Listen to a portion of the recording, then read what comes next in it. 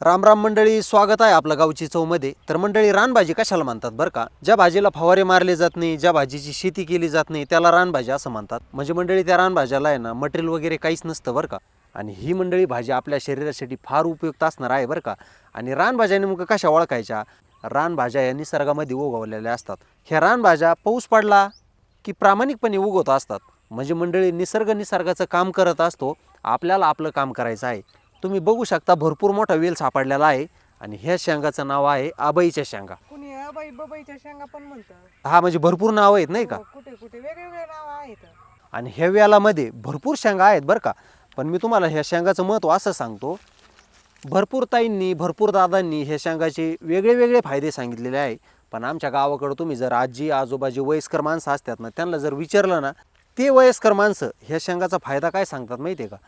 ह्या शेंगा खाल्ल्याने ना तुम्हाला गुडघेदुखी, कंबरदुखी आणि पाठदुखी, जे मणकेचे विकार असतात मंडळी, जे आपल्या शरीरामध्ये हाडं असतात ना, त्या हाडाचा त्रास ह्या आबाईच्या शेंगांनी कधीच होत नाही बरं का. आता ह्या शेंगामध्ये नेमकं घटक कोणते आहेत? तर मंडळी, ह्या आबाईच्या शेंगामध्ये आहे ना व्हिटॅमिन A, B, C घटक भरपूर आहेत बरं का. म्हणजे आपलं तोंड येत नाही ह्या भाजीनी, डोकं दुखत नाही. अर्धं जर कोणाचं डोकं दुखत असेल तर ह्या आबाईच्या शेंगाने ते दूर होतं. असे भरपूर फायदे आहेत. पण सगळ्यात महत्त्वाचा आहे आबाईच्या शेंगाचा फायदा असा असणार आहे, आपले गुडघे, कंबर, हातपाय आणि पाठदुखी, मणकेदुखी याचा त्रास कायमचा दूर होणार आहे बरं का या आबाईच्या शेंगाने. दादा, सापडल्या भरपूर? हो, हे इकडे तोडते.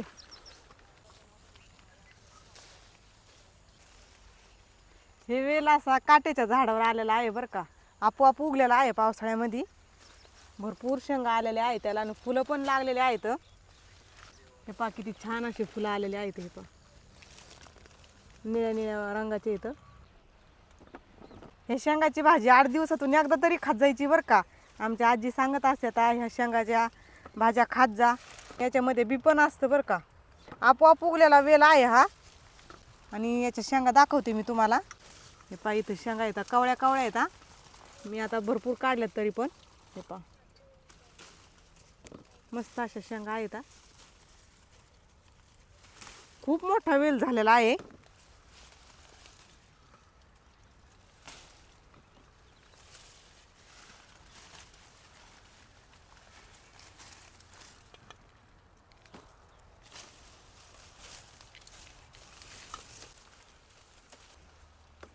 आमच्या आजी आई ह्या भाजी अशी 8 दिवसातून खातात. त्यांनी सांगितलं होतं आम्हाला की अशी भाजी खात जा, यांनी पाठदुखीचा त्रास होत नाही, कंबरदुखीचा त्रास होत नाही, गुडघे दुखत नाहीत. म्हणजे जेवढे हाडाचे प्रॉब्लेम आहेत ना आपल्याला, तेवढे प्रॉब्लेम दूर होते. तर बाकी ती मस्त अशा कवळ्या कवळ्या आणि जाड जाड पण शेंगा निघलेल्या आहेत. मस्त अशा याची भाजी बनवायची आपल्याला. याची काळी पण भाजी होती आणि लाल तिखटाची पण भाजी होती. काळी भाजी छान लागते खायला याची. हो. आणि मंडळी, ही आहे बरं का निसर्गाची ताकद. मी तुम्हाला पहिल्यापासून सांगत आलेलो आहे, निसर्गाची बरोबरी कुणीच करू शकत नाही. सुरुवातीच्या काळात काय दवाखानेच नव्हते, पण आपण अशा आयुर्वेदिक रानभाज्या विसरलो आहोत बरं का. बरोबर की नाही भाग्यश्री? हो बरोबर ना. आता बघ ना, किती मोठा वेल आहे आणि किती मोठ्या शेंगा काढलेल्या आहेत आपण याच्या अगोदर, नाही का? अजून शेंड्यामध्ये पलीकडे भरपूर शेंगा आहेत, पण त्या हाताला आहे ना आता हो. त्याला ओढून घ्यावा लागतो. कुठल्याच हॉटेलमध्ये अशी भाजी भेटायची नाही, इतकी खमंग आणि चविष्ट भाजी लागते, नाही का? नाही ना भेटत. हे पहा. मंडळी, पावसाळा संपून किती दिवस झाले आहे, तरी निसर्गामध्ये हा वेल अजून असाच आहे बरं का. आणि भरपूर दिवस राहील बरं का हा वेल. हिरवागार आहे. हे ताट धरा हो, इथं वरती शेंगा आहे, काढते मी.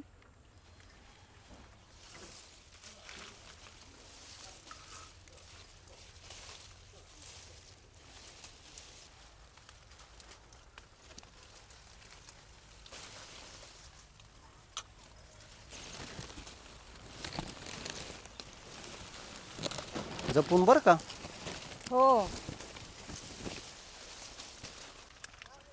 हे पहा. भरपूर निघले आहे ना. भरपूर निघल्या, अजून पण निघतील. आणि निसर्ग बघा ना कसा फुकट देत असतो.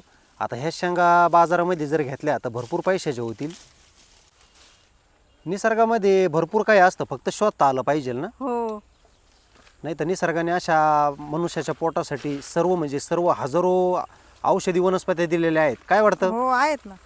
काय वाटतं, निसर्गाचे उपकार फिरतील का आपल्याकडून? नाही ना फिटणार.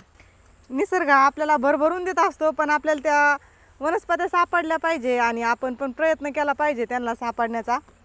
आणि स्वतः आल्या पाहिजे नाही का. हो, शोधता पण आल्या पाहिजे आपल्याला. आता मंडळी भाग्यश्रीला एक ना एक भाजी माहीत आहे, एक ना एक वेल माहीत आहे. आता या आबाईच्याच शेंगा आहे ना.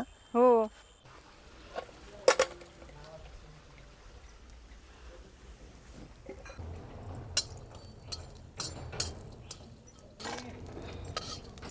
हरभऱ्याची डाळ टाकून घेतली, ती पण मस्त भाजून घ्यायची आहे.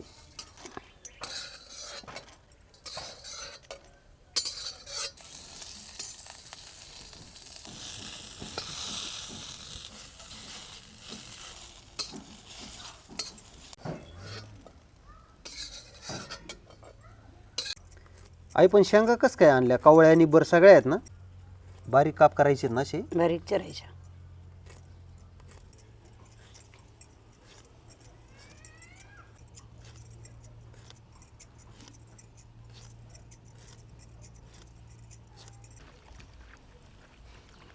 शेंगा धुवून घेऊ आता. सुरुवातीला धुवून घेतल्या होत्या, आई म्हणे एकदा धुवून घेऊ परत. ह्या शेंगा धुतल्यामुळं मंडळी याची गुणधर्म कमी होत नाही बरं का, लक्षात घ्या.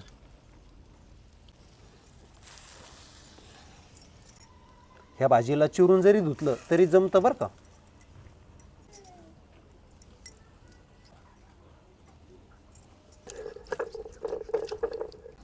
आई पाट्यावर अशा भाज्या बनवल्या तर लईच खमंग लागतात का ग. हा,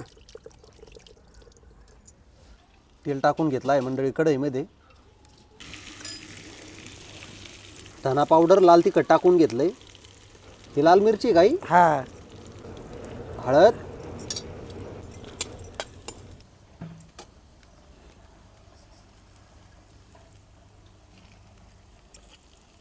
लसूण खोबरे,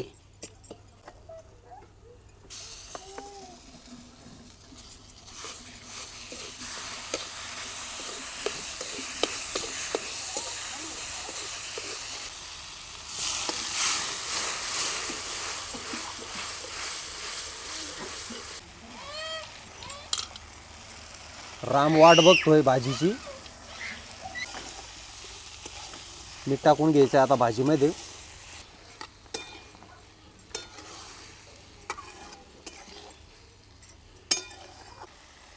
मीठ टाकून घेतलंय मंडळी आणि बघू शकता भाजीला कसं तेलकट पाणी सुटलं आहे.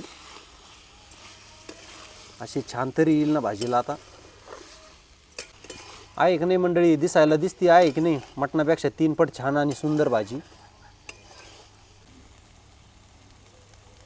मंडळी 5 मिनटं कमी जाळावर आपली भाजी शिजवून घेतलेली आहे बरं का आपण. आणि बघू शकता कशी भाजीला तरी सुटलेली आहे.